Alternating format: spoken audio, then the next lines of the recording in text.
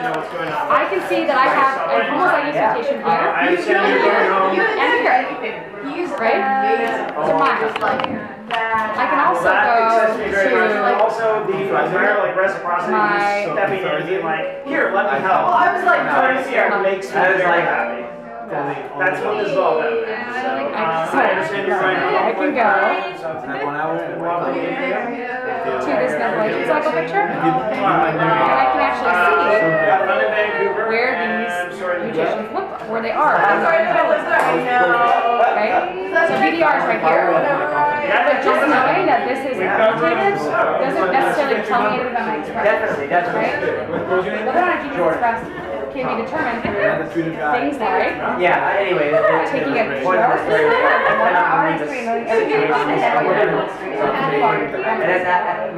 and also this test here, which I'm when Operator was interested in, where you can basically take this entire picture and look at the individual metabolites. For example, like here's my Krebs cycle, right? I want to take this test. Yeah. So here's my Krebs cycle here, right? And here's my Krebs cycle here. So let's say you have a mutation here. Well, let's look at like how is it being expressed in the actual numbers, and then how does that look like? What does that look like in your own life? Maybe it's being expressed, but maybe you don't have to use it. Okay? So what can we do to optimize to make sure you don't develop it? Because, for example, he was talking about, he wanted me to explain one of the things that he has in mutation in, which is MAOA. He's an incredibly resilient person. He actually hasn't experienced any of the expression of that mutation. But what's interesting is he's also really young and really healthy. Now, over time, when you become really stressed out and your body is taxed, and all these things are turning really, really fast, and you're depleting things, that's when people start developing things like, oh wow, I have anxiety for the first time in my life. Why do I have anxiety? What can I do to prevent that and optimize it? How can I take? There's a really good article that just came out about micronutrient deficiencies and mental health.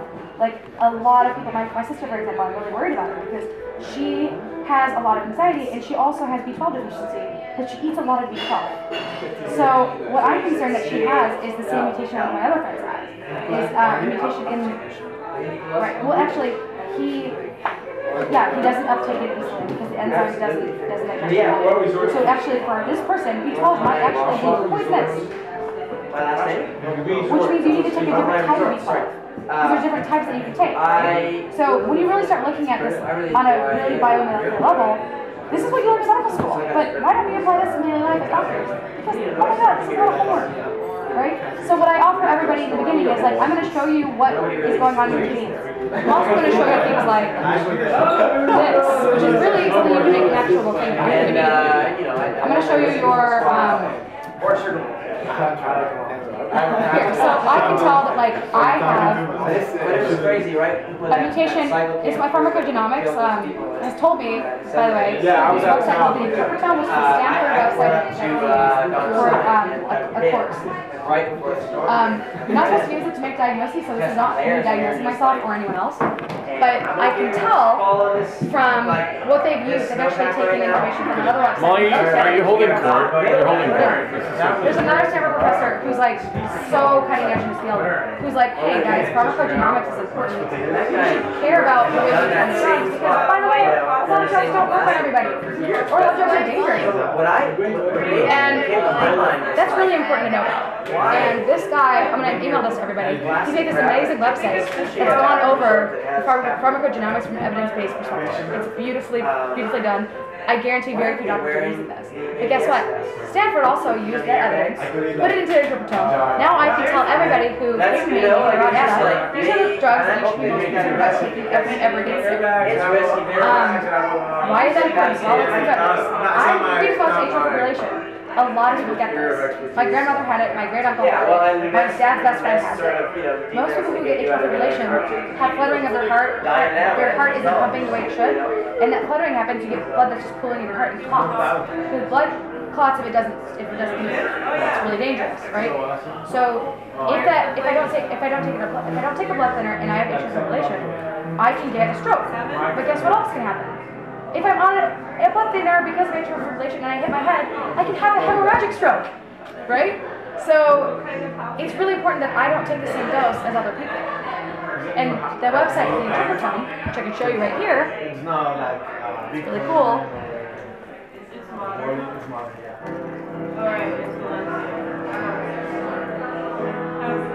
So this website is where this is one of the like 4 websites I've been using.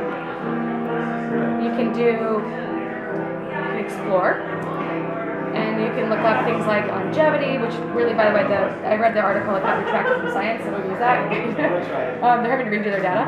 But you can do ancestry, you can do similarity, you can do clinical, and you can do things like warfarin. So I can put my age, my height, my weight, my race, if I'm taking any of these drugs, which upregulate cytochrome P450 in your liver, which changes the, which causes induction of the enzymes that digest warfarin, which means you have to have a higher dose. So it takes into account that, and this, and then it calculates what you need. So, I'll show you this right here. I need, but that would change when you would, by the time you would actually do it, right? Right. But here's the thing. If I put this in my medical history, someday, if I were to end up in a hospital and I had a copy of my medical history, and maybe I'm like kind of old and kind of demented because I'm pretty close to Alzheimer's, well, maybe my family doesn't let me get death, even though I'll probably request that if I get Alzheimer's. If I'm like super demented, I have it in my will that like, let's say I'm 90 and like I'm literally like I cannot function. I don't want to be here and waste $2 of everyone else. But let's say my family doesn't want me to die. They want to keep me alive. They want to put me in a home. And I get atrial fib, and I have to go on this, and I don't have this information, and they give me this medicine, and I end up hitting my head because I ran outside into a tree, and I stroke out. Well, that's a loss. Like this is stuff this is kind of stuff that's going to be in your record in 10 years. It's not in your record right now because doctors don't have the time or effort. Are they going to have the time or effort in 10 years? What's going to change? I think technology will improve things. Which is why I work in digital health and biotech, because I believe that technology can probably fix a lot of problems that we currently are dealing with. This is why I straddle technology and medicine, because I actually really want to be a part of this mission and not just get your job. And so that's why I do what I do. So basically, like, this matters to me because, let's say I am sick someday, and I'm in the hospital, I'm really weak, and I don't have access to a computer. I want this information there so that nothing bad happens to me. And this is why it's really important to have a copy of your history, and this is why companies are coming out with like things like putting what are those chips that you can like just scan, you touch things in your hands. Anyway, there's like yeah. No, they're gonna put it in your. There's a company coming out that's putting them in your insurance card, and they're gonna have your history in your insurance card. It's gonna look like this actually. I'll show it to you. So right now, when you go to a hospital, there's no way for them to look. There are, but do you know how hard it is to get access? Like, I actually took care of a person in one hospital in the ICU, saw him the next day in another hospital in the ICU, and I was like, hey guys, I know what happened to this patient. They're like, no, we're taking our own history. Like, we don't know what they did, we don't trust what they did. A lot of radiologists won't even read another institution's images because they don't trust it. They're terrified of litigation. This is not good, right? This is not, we're wasting money. It's ridiculous. So anyway, here's an example of what's going to go in the future of your insurance card. It's actually going to have your medical history, your medical visits, your diagnosis, your medications, your allergies. It's going to be in your insurance card. You're going to take it wherever you go. But right now, most people just take a history, and like it takes 15 minutes to do it. But a really thorough one will take about an hour, 2 hours, and that's just directly asking you to fill out. I'll show you. It's actually structured.